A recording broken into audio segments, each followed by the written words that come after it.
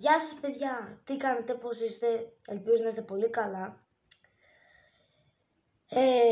Σήμερα ξανά με ένα καινούριο short που θα εξηγήσω για το cooling break.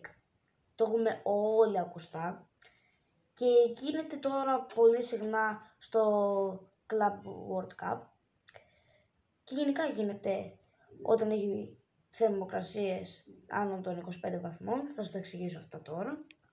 Γι' αυτό θα αρχίσουμε. Αυτά τα cooling break κρατάνε 3 λεπτά. Δεν μπορούν να παραπάνω, δεν γίνεται. Επίσης αυτός ο χρόνος αναπληρώνεται στις καθυστερήσεις του παιχνιδιού. Δηλαδή αν αυτό το cooling break γίνει στο πρώτο ημίχρονο, ξέρω εγώ, αυτά τα 3 λεπτά θα αναπληρωθούν στις καθυστερήσεις του πρώτου ημιχρόνου. Δηλαδή μπορεί να έχουν γίνει κάποιες καθυστερήσεις, αλλά θα είναι πάντως πάνω από 3 λεπτά. Στάντερ. Επίσης μπορούν να γίνουν 2 φορές cooling break μέσα σε ένα ημίχρονο. Παραπάνω δεν γίνεται.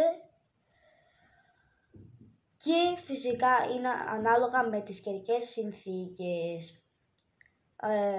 Σας ευχαριστώ πολύ.